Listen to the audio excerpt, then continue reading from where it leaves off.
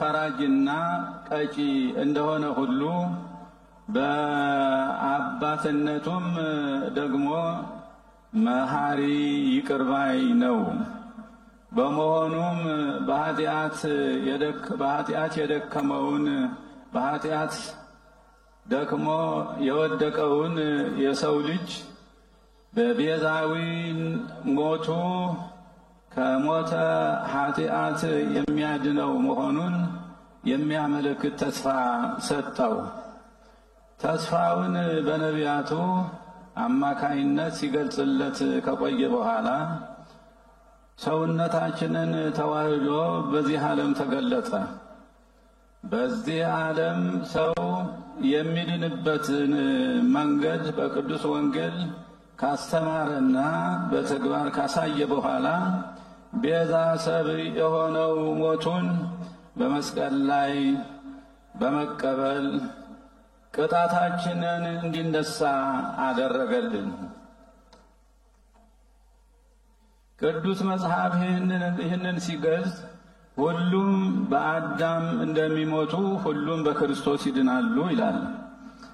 በስህተት በበደልና በኃጢአት የደከመው የሰው ልጅ በክርስቶስ ቤዛዊ ሞት ምክንያት ነፃነት ወጥቶ ወደ ቀደመ ክብሩና ርስቱ ተመለሰ። ቤተ ክርስቲያን የደከሙትን በመስቀሉ ይታደጋል በማለት የምታስተምረን ይህንን እውነት ለመግለጽ ነው። ለዚህም ዋና ማስረጃዋ ጌታችን በመስቀል ላይ ተሰቅሎ ሳለ ዛሬውኑ ከኔ ጋር በገነት ትሆናለህ በማለት በቀኙ በኩል ለተሰቀለው በደለኛ የፈጸመውና የገባው ቃል ኪዳን ነው። ይህም ቃል ኪዳን ለአማንያን ሁሉ የተገባ ቃል ኪዳን መሆኑ እሙን ነው። ብፁዓን አበው ሊቃነ ጳጳሳት፣ የተከበራችሁ የበዓሉ ተሳታፊዎች፣ ምንም እንኳ በመስቀል ላይ በተፈጸመው የጌታችን ቤዛዊ ሞት ምክንያት ነባሩ ቅጣታችን ወይም ጥንተ አብሶ ቢነሳም በገቢር አበሳችን ምክንያት ዛሬም ከስህተት መጽዳት አልቻልንም። በመሆኑም ዛሬም ከእውነት ጋር መጋጨታችን ስለቀጠለ በየጊዜው በምንፈጽመው የገቢር አበሳ እግዚአብሔርን ማስቆጣታችን አልቀረም። የደህንነታችን ምልክትና ምስክር የሆነው ዕፀ መስቀል በሰዎች እንዲቀበር መደረጉም የገቢር አበሳችን መቀጠሉን የሚያመለክት ምስክር ነው። ሆኖም መስቀልን መደበቅም ሆነ መሰወር ከሰው አቅም በላይ ነበርና በእግዚአብሔር ኃይል በጢሰ ዕጣን አመልካችነት ከተቀበረበት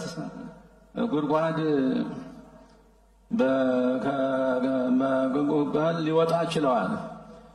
እነሆም መስቀሉ እስከ ዛሬ ድረስ የእውነት መስካሪና የድህነት ምልክት ሆኖ ቀጥለዋል። ለወደፊትም በዚሁ ይቀጥላል። ብፁዓን አበው ሊቃነ ጳጳሳት፣ ክቡራን የበዓሉ ተሳታፊዎች፣ የመስቀሉ አበይት ምልክቶች ሰው ሊያምንባቸው ሊቀበላቸውና ሊኖርባቸው በውጤቱም በስጋውም ሆነ በነፍሱ ሊድንባቸው እንደተሰጡ የማንስተው ሐቅ ነው። ሆኖም ሰዎች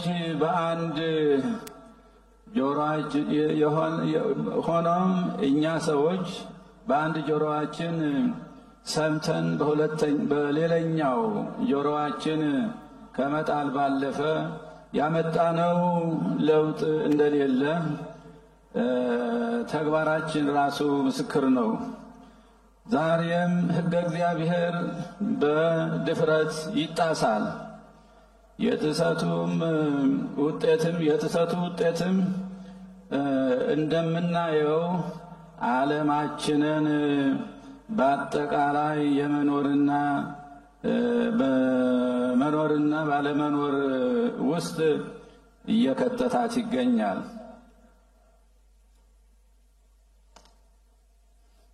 ታዲያ እኛስ በዚህ ሁሉ አልደከምንምን? የሚታደገን መስቀላዊ ኃይልስ አያስፈልገምን? ለሰላማችን መጠበቅና ለደህንነታችን ዋስትናስ ከመስቀሉ ቃልና ኃይል የበለጠ ሌላ አለን? እንደ እውነቱ ከሆነ በንጹሕ አእምሮአችን በደንብ ካስተዋልነው ከመስቀሉ ቃል የበለጠ ለሰው ልጆች ሰላምንና አንድነትን የሚሰጥ ሌላ ኃይል በዓለማችን ውስጥ አይገኝም። ስለሆነም ፍጹምና ዘላቂ ሰላምን የምንሻ ከሆነ በመስቀሉ ቃል እንመራ። የመስቀሉ ቃል ማለት ይቅርታንና እርቅን፣ እኩልነትንና አንድነትን፣ ፍትህንና ርትዕን ማረጋገጥ ማለት እንደሆነ በውል እንገንዘብ። በዚህ ሕይወት መኖር ከጀመር ድክመታችን በመስቀሉ ተወገደ ማለት ነው። ብፁዓን አበው ሊቃነ ጳጳሳት፣ ክቡራን የበዓሉ ተሳታፊዎች፣ የዘንድሮ በዓለ መስቀል አከባበር ልዩ የሚያደርገው እግዚአብሔር የሰጠን የውሃ ጸጋችን ፍትሐዊ በሆነ መንገድ ለመጠቀም በአንድነት ተባብረን ባካሄድነው ጥናት የህዳሴ ግድባችንን አጠናቀን ባስመረቅንበት ማግስት እየተከበረ ያለ መሆኑ ነው። ይህ ክስተት ለሀገራችን ዳግም ልደትን ያበሰረ ስኬት ነው ብንል ማጋነን አይሆንም። በዚህም እግዚአብሔር አምላካችንን ማመስገን ይገባናል። በስራው ላይ ታሪካዊ አሻራቸውን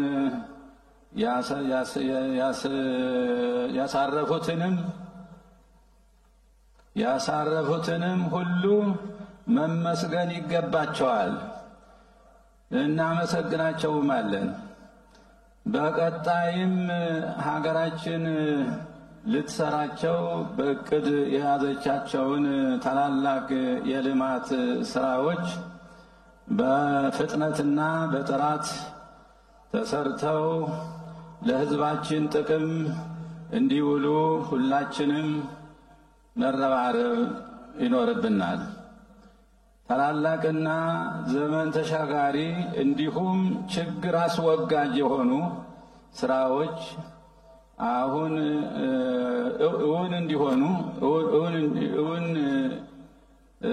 ሊሆኑ የሚችሉ ሕዝቡ በአንድነትና በህብረት ተነስቶ ወደ ትግበራ ሲገባ እንደሆነ ከታላቁ ህዳሴ ግድባችን ተምረናል።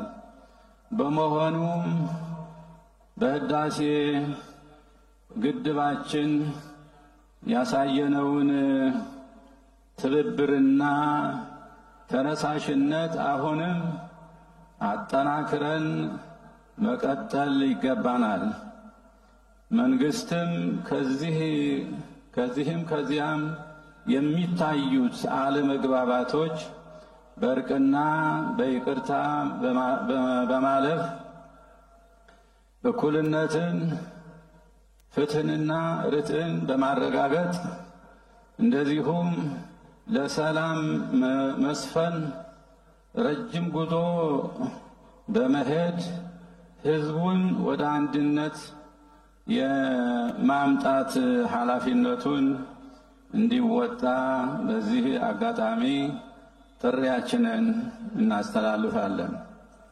በመጨረሻም የመስቀሉ መልእክት የሰው ልጅን ሁሉ በሰላም፣ በህይወት፣ በእኩልነት፣ በአንድነት ማኖር መሆኑ ከልብ ተገንዝበን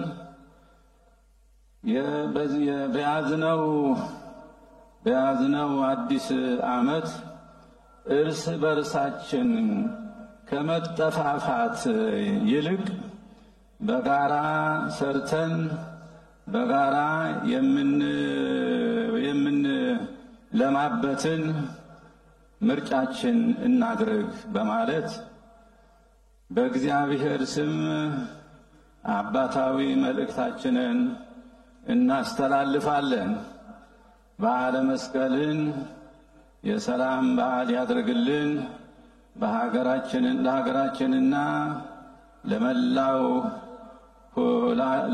ለዓለሙ ሁሉ ሰላምን ይስጥልን። ክብርት ከንቲባ ያደረጉልን እርዳታንም በእጅጉ እናመሰግናለን። እግዚአብሔር አምላካችን ኢትዮጵያንና ሕዝቦቿን ይባርክ። ወስብሐት ለእግዚአብሔር አሜን። መስከረም 16 ቀን 2018 ዓመተ ምህረት አዲስ አበባ ኢትዮጵያ